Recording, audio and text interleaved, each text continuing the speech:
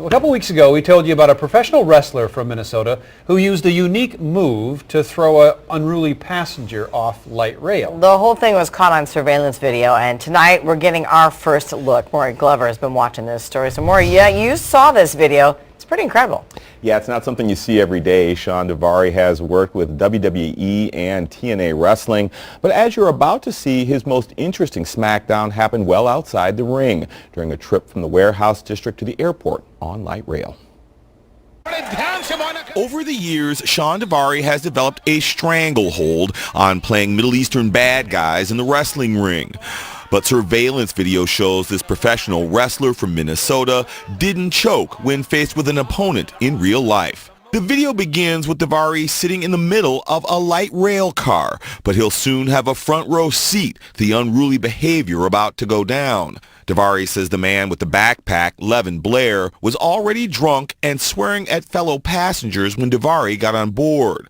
But an already uncomfortable situation gets even worse when this man boards the train at the Metrodome and asks Blair to move so he can put his bicycle in the bike rack. Daivari says Blair starts hurling racial slurs at the man, so the passenger hits the emergency call button to get police.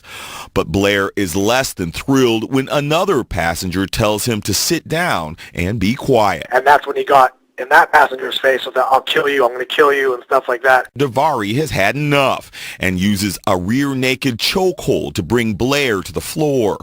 For the next minute or so, Daivari puts Blair in a scissor hold, causing him to not only lose consciousness, but also control of his bladder.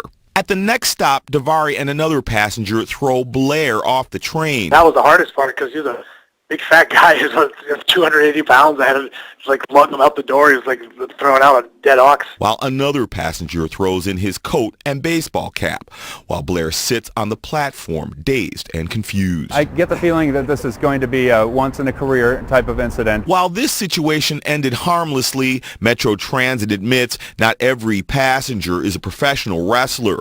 But spokesman John Seekland says the other people on the train did what they're supposed to do in order to defend themselves. Use the call box, call 911, find a different place on the train to get away from anything that might be happening.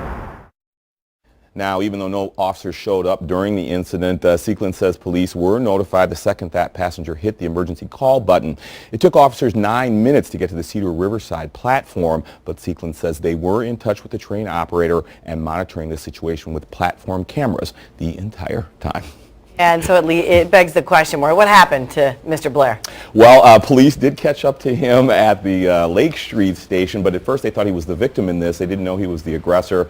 He didn't want to have anything to do with them, so they actually let him go. Then they caught up with the passengers out at the Mall of America, and none of them wanted to press charges. So I guess he gets away with this, but it gets a little embarrassing to have all this on TV. Yeah, hoping he gets some help. All right, Maury, thanks.